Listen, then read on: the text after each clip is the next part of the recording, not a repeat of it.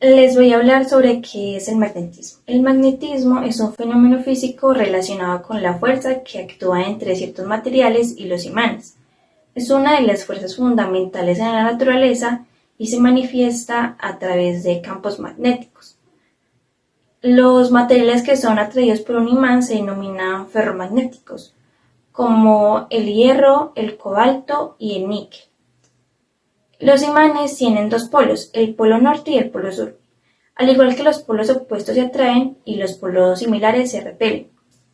Este principio es fundamental para entender cómo funcionan los imanes. El campo magnético es una región del espacio donde se ejerce una fuerza magnética sobre cargas eléctricas en movimiento o sobre otros imanes. Este campo se representa mediante líneas de campo, que indican la dirección y la intensidad del campo magnético. La dirección son las líneas de campo magnético que salen del polo norte de un imán y entran en el polo sur. La intensidad es cuando más cercana estén las líneas de campo, mayor será la intensidad del campo magnético en esa región. El campo magnético se mide en estas dos, siendo un Tesla equivalente a 10.000 Gauss. Además, hay leyes importantes en relación con el magnetismo, como la ley de Ampere y la ley de Faraday.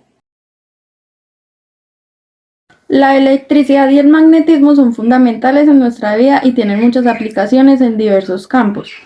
Algunas de estas aplicaciones son la generación y la distribución de energía eléctrica, que pues la electricidad se utiliza para alimentar hogares, industrias y transportes. La electrónica, que es algo clave para el funcionamiento de dispositivos electrónicos, como lo son los computadores, los teléfonos, los televisores y otras cosas.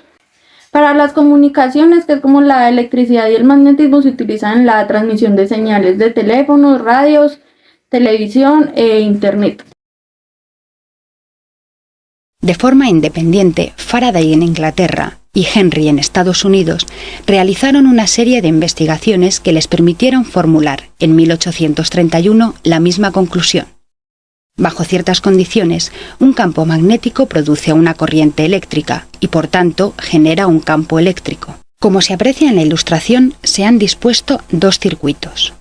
El primero está formado por un generador de corriente, una pila, un interruptor, un solenoide y un potenciómetro que permite modificar la diferencia de potencial que recorre el circuito. El segundo está formado tan solo por un solenoide conectado en serie con un miliamperímetro. Con este dispositivo se pueden estudiar algunas de las experiencias realizadas por Faraday y por Henry.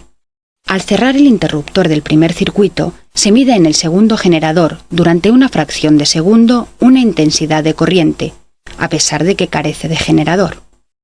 Si por medio del potenciómetro se modifica la resistencia eléctrica del primer circuito, se detecta el paso de corriente por el segundo circuito, pero solo mientras se produce dicha variación en el primero de ellos.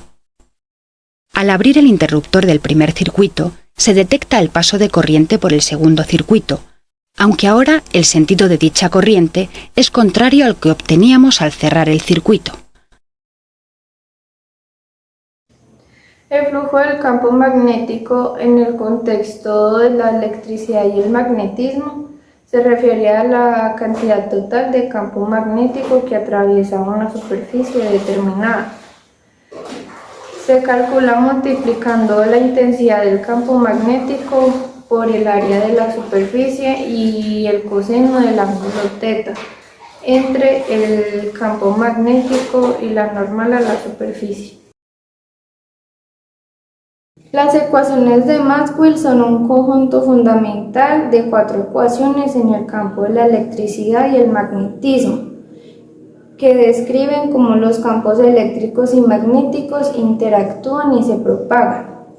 La primera, que es la ley de Gauss para el campo eléctrico, establece que el flujo del campo eléctrico a través de una superficie cerrada es proporcional a la carga eléctrica dentro de esa superficie.